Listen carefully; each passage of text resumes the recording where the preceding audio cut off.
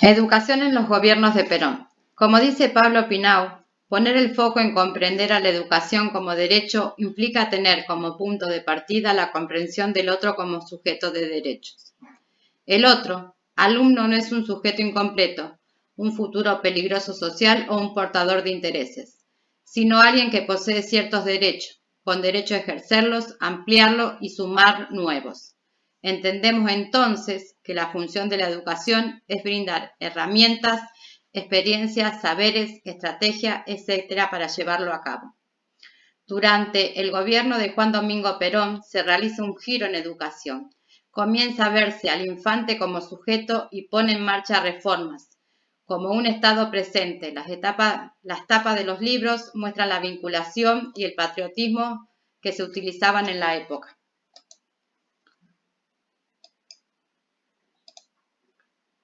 Las reformas al sistema realizadas durante el primer gobierno peronista se fundamentaron en los principios del primer plan quinquenal, 1947. El plan destaca la búsqueda de una filosofía educacional que equilibre materialismo e idealismo y que haga compatible el principio de democratización de la enseñanza con la creación de una modalidad de compensación para quienes no han tenido las oportunidades de educación que otros poseen. Entre las primeras observaciones que surgen frente a esta primera reforma del sistema hecha por el peronismo se destaca: no se incluye la gratuidad en el nivel secundario, a diferencia de lo que ocurre en el nivel primario y la universidad. Este plan considera problema de Estado la promoción y el enriquecimiento de la cultura nacional. Proveía dos vías principales para la acción cultural: por medio de la enseñanza y por la tradición. La primera se desarrollará a través de las escuelas, los colegios, las universidades y los centros de perfeccionamiento técnico. La segunda, mediante el folclore, la danza, la religión, la poesía popular, la familia, la historia y los idiomas.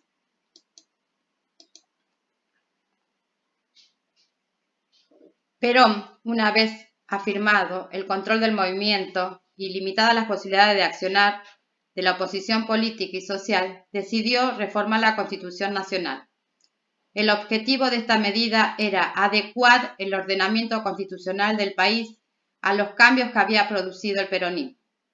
La nueva Constitución fue sancionada en 1949 e incluyó algunos principios del justicialismo, además de la reelección presidencial. Entre los principios fundamentales se incluyen en el artículo 37 los derechos de la educación y la cultura, que establecen la educación y la instrucción corresponden a la familia y a los establecimientos particulares y oficiales que colaboren con ella, conforme a lo que establecen las leyes. Para ese fin, el Estado creará escuelas de primera enseñanza, secundaria, técnico-profesionales, universidades y academias. La enseñanza tendrá el desarrollo del vigor físico de los jóvenes, el perfeccionamiento de sus facultades intelectuales y de sus potencias sociales, a su capacitación profesional, así como a la formación del carácter y el cultivo integral de todas las virtudes personales, familiares y cívicas. La enseñanza primaria elemental es obligatoria y será gratuita en las escuelas del Estado. La enseñanza primaria de las escuelas rurales tendrá a inculcar en el niño el amor de la vida al campo. La orientación profesional de los jóvenes, concebida como un complemento, es una función social que el Estado ampara y fomenta mediante instituciones que guíen a los jóvenes hacia actividades para las que posean naturales aptitudes. El Estado encomienda a las universidades la enseñanza en el grado superior, que prepara a la juventud para el cultivo de las ciencias. El Estado protege y fomenta el desarrollo de las ciencias y de las bellas artes. Los alumnos capaces y meritorios tienen el derecho de alcanzar los más altos grados de instrucción. Las riquezas artísticas e históricas, así como el paisaje natural, forman parte del patrimonio cultural de la nación. Ahora va a ser.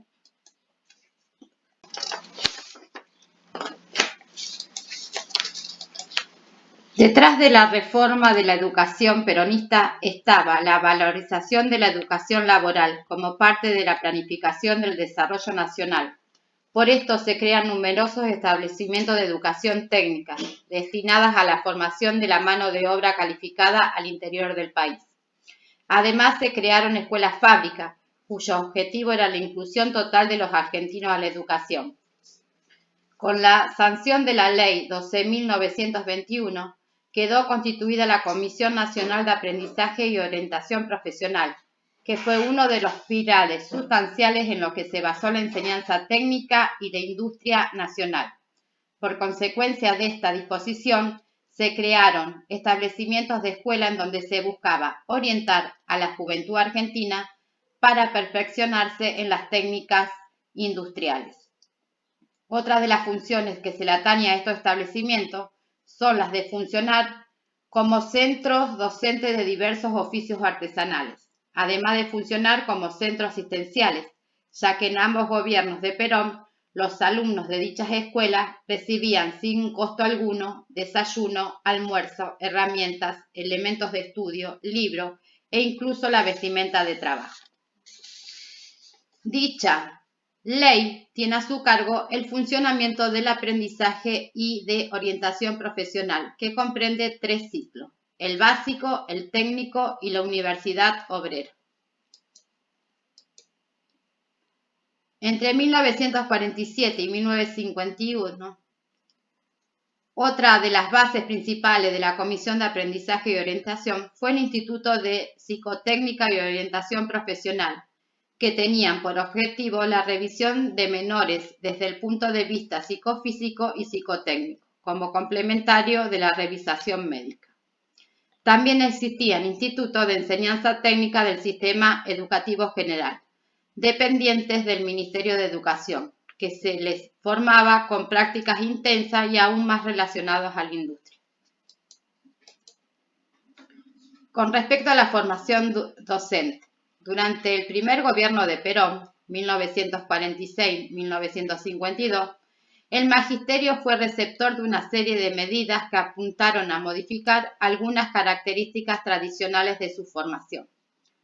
La regulación de estos asuntos pedagógicos se produjo en un contexto de ampliación de la educación y la cultura a todos los sectores de la población, de reorganización institucional e incorporación de técnicos especialistas en la burocracia. El Consejo Nacional de Educación impuso medidas destinadas a renovar la formación cultural del docente. El recorte abarca el periodo de 1948 a 1949, etapa previa a la conformación del Ministerio de Educación, en la cual la burocracia encargada de la enseñanza primaria puso en marcha un importante avance en la capacitación profesional y cultural del sector. En 1948, la última gestión del CNE dirigió una serie de medidas destinadas a reorientar el perfil del maestro en ejercicio. Las propuestas innovadoras impulsadas desde el oficialismo se desarrollaron en el marco de un proyecto político que autoproclamaban perseguir la reivindicación integral del hombre argentino. Desde esa línea y en sintonía con las políticas democratizadoras, la burocracia educativa peronista planificó una serie de acciones complementarias que tuvieran en cuenta elementos novedosos, no por su contenido, sino por su incorporación a los fines políticos e ideológicos de un modelo centralizado de difusión de las manifestaciones culturales. En 1948 se diseñó una estrategia de intervención en el aula en coordinación con la Comisión Nacional de Cultura. Su mirada hacia el magisterio no se limitó solamente a un objetivo partidario y asumió el problema de la formación cultural docente como uno de los elementos necesarios para el paso hacia la educación integral de un sistema en expansión. Recortado.